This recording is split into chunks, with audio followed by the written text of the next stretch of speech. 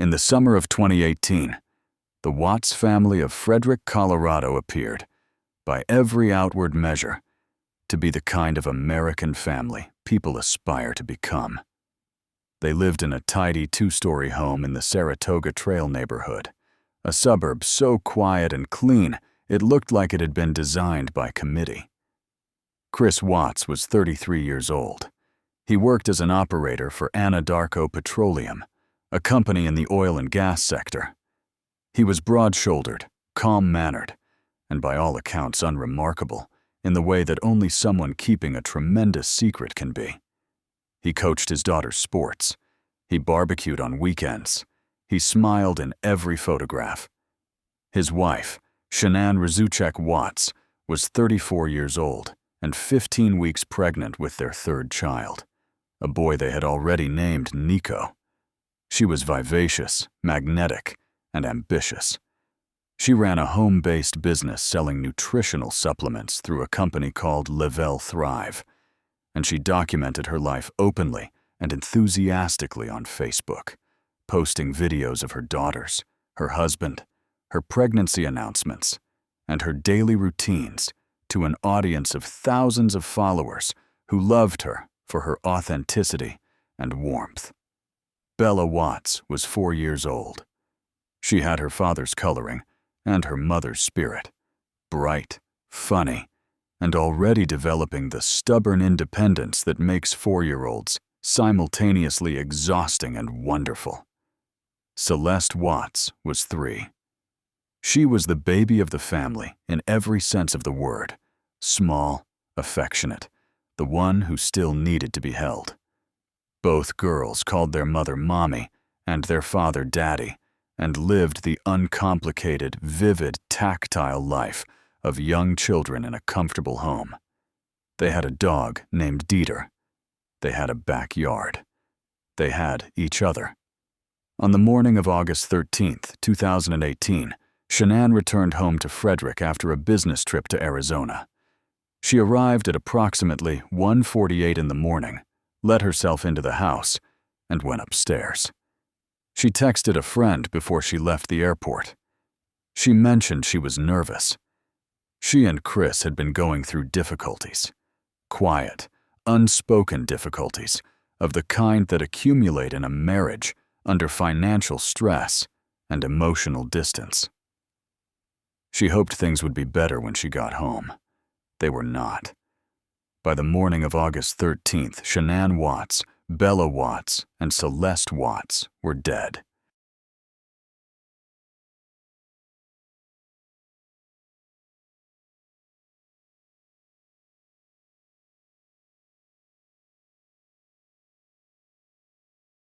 The exact sequence of what happened in the early hours of August 13th, 2018, inside the house on Saratoga Trail, was reconstructed over the following days and weeks through a combination of physical evidence, cell phone data, surveillance footage, and ultimately, Chris Watts's own admissions.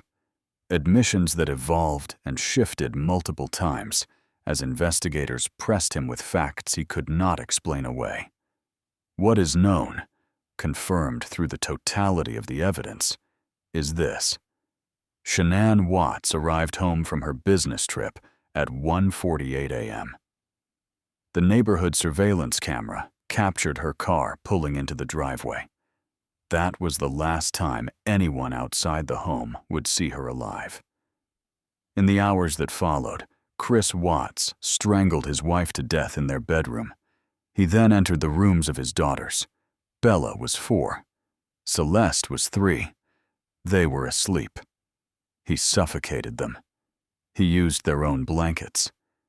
In the immediate aftermath, he loaded the bodies of his daughters into the back seat of his work truck, a company vehicle belonging to Anadarko Petroleum. He drove to a remote oil site called the Survey 399 Lease, approximately 40 miles from the family home, where he worked alone most days and knew the terrain intimately. He placed the bodies of Bella and Celeste inside 2 large oil storage tanks he had to lift them over the rim to lower them into.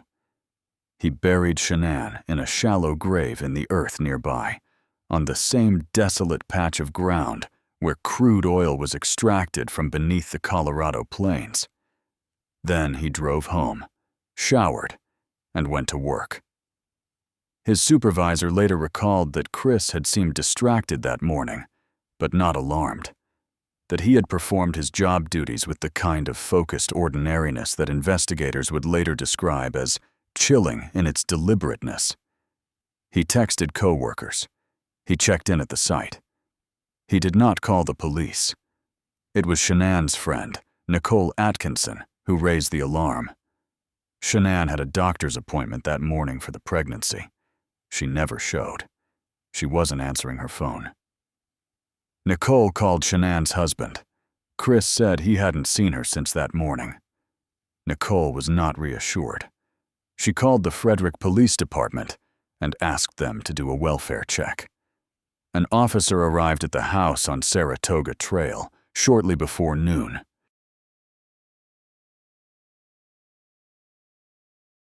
When Frederick Police Officer Scott Coonrod arrived at the house on Saratoga Trail just before noon on August 13th, he was greeted at the door by Chris Watts, who appeared, in Coonrod's later testimony, calm. Not the calm of a grieving man struggling to hold himself together. A different kind of calm. The calm of someone who had decided what story he was telling and was committed to it. Chris told Officer Coonrod that he had last seen Shanann at approximately 5:15 in the morning when he left for work. He said the girls had been asleep. He said he didn't know where they were. He walked the officer through the house. The beds were made.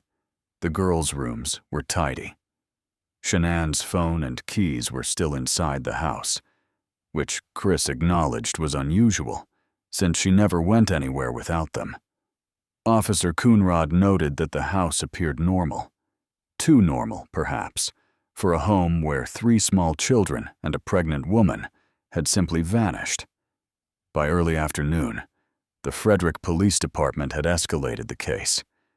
Shanann's parents, Frank and Sandra Razuchek, were notified. They flew to Colorado immediately. The community mobilized with the speed and solidarity that suburban neighborhoods produce in moments of fear, neighbors putting up flyers, organizing search parties, posting to social media, and in the middle of all of it stood Chris Watts, giving interviews. The most devastating footage from those early hours is now among the most watched clips in true crime documentary history. Chris Watts stood outside his front door, spoke to television cameras, and asked for his family to come home. He said he loved his wife. He said he missed his girls. He described his daughters, Bella and Celeste, and said, with careful emotion, that he needed them back. He posted on Facebook. He went on Good Morning America. He sat across from a television journalist and performed the anguish of a man whose family had vanished. Investigators watching the footage were already troubled. The behavior was wrong in ways that were difficult to articulate but impossible to dismiss. Grief does not look like that. Not that smooth. Not that rehearsed.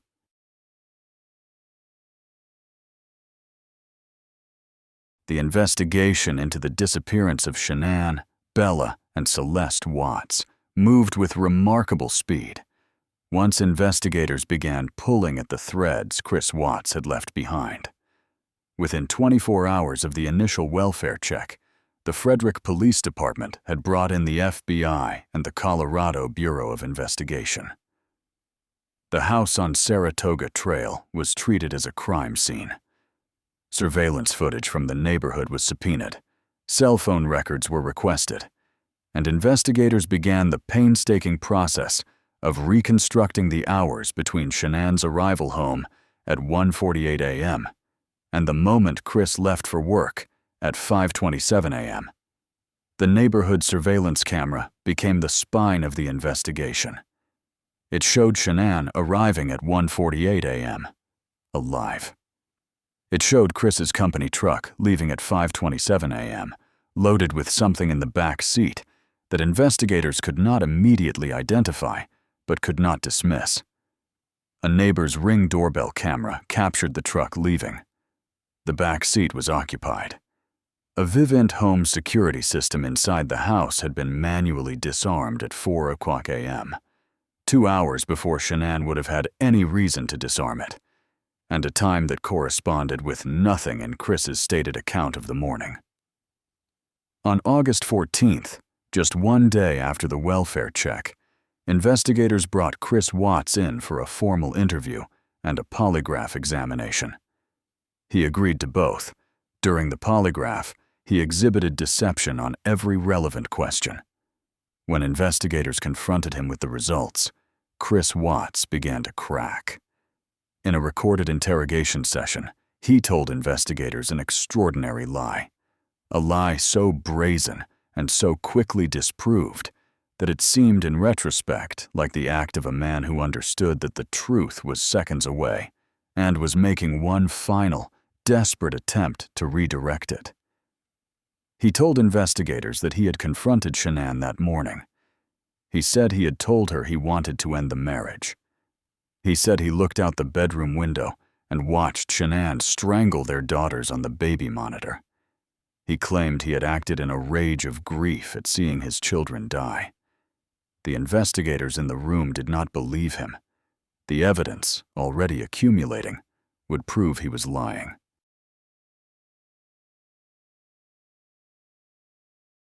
The question that haunted the Chris Watts case, the question that haunts it still, for everyone who has followed it closely, is not whether he did it. He confessed. It is why. Why does a man with a comfortable house, 2 living daughters, a pregnant wife, and a life that appeared, from the outside, to contain everything a person could want, why does such a man destroy all of it? The answer that investigators eventually pieced together was as ordinary as it was devastating. Chris Watts had been having an affair. Her name was Nico Kessinger. She was a co-worker at Anadarko. The relationship had begun in late June of 2018, approximately 6 weeks before the murders. She was single, educated, and unaware, she would later insist, of the full dimensions of Chris's domestic situation. She knew he was married. She did not know Shanann was 15 weeks pregnant. Chris had not told her. In the weeks leading up to August 13th, Chris Watts had become increasingly preoccupied with ending his marriage and beginning a new life. He had told Kessinger he was separated. He had searched online for information about divorce. He had begun to construct, in his own mind, a version of the future in which Shanann and the girls simply were not present. What he had not done, what he apparently could not bring himself to do, was go through the slow, difficult, expensive, and public process of divorce. Shanann would have fought for the children. There would have been custody disputes, financial settlements, the dismantling of the life they had built. There were already significant financial pressures on the family. Credit card debt, a home that had been in foreclosure. A divorce would have been complicated. It would have been messy. In Chris Watts's calculus, a calculus so cold and so horrifying that investigators and prosecutors would struggle to fully comprehend it, murder was the more efficient solution. He did not see his wife and daughters as people with futures of their own. He saw them as obstacles.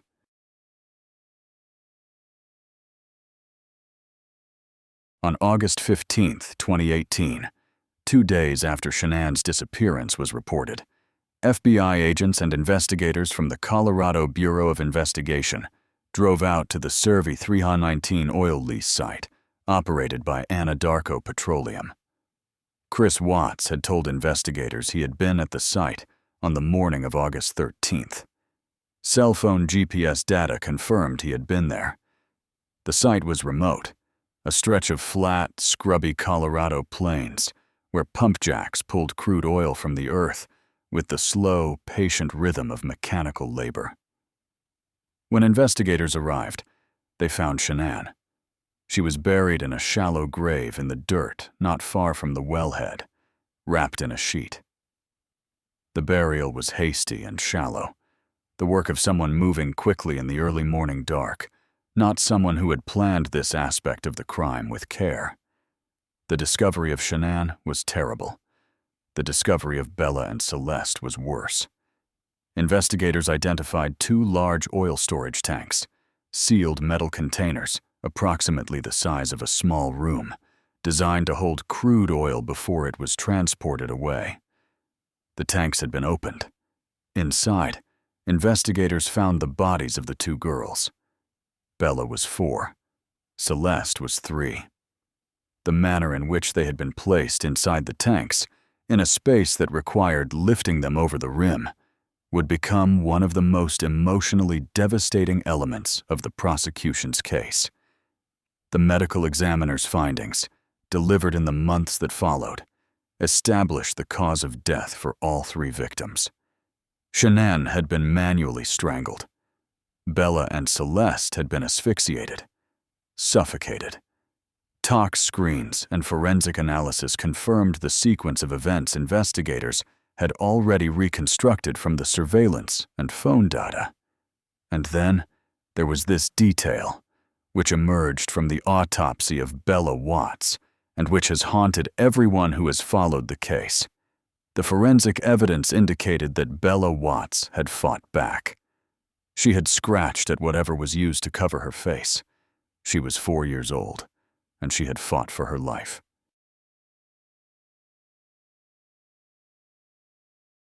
Chris Watts was arrested on August 15, 2018, the same day his family was found. He was transported to the Weld County Jail in Greeley, Colorado, where he was held without bond. The charges filed against him were among the most serious available under Colorado law. 3 counts of first-degree murder for the deaths of Shanann, Bella, and Celeste. 1 count of unlawful termination of a pregnancy for the death of Nico, and additional charges of tampering with a deceased human body. The case moved quickly. Colorado had abolished the death penalty in 2020, but in 2018, at the time of the murders, capital punishment was still on the table. The Weld County District Attorney announced that the office would be seeking the death penalty against Chris Watts. Shanann's family, the Rzuceks, made a decision that surprised many observers and has since become one of the most discussed aspects of the case. They asked the prosecution not to seek the death penalty. Their reasoning was direct and deeply human. They did not want to spend years, potentially decades, in appeals proceedings, reliving the details of what had been done to their daughter and their granddaughters. They wanted it over. They wanted Chris to go to prison for the rest of his life and disappear from the public eye. The prosecution honored that request. In November 2018, just 3 months after his arrest, Chris Watts appeared in Weld County District Court. He entered a guilty plea on all counts. There was no trial. There were no witnesses called, no cross-examinations, no jury deliberations. There was only a courtroom, a judge, a defendant in an orange jumpsuit, and the families of the people he had killed sitting a few rows behind the prosecution table. Shanann's father, Frank Rzucek, addressed the court before sentencing. He spoke directly to Chris Watts. He said that his daughter had loved him, that his granddaughters had loved him. He said words that have been quoted many times since, because they contain within them the full and unbearable weight of what had been taken.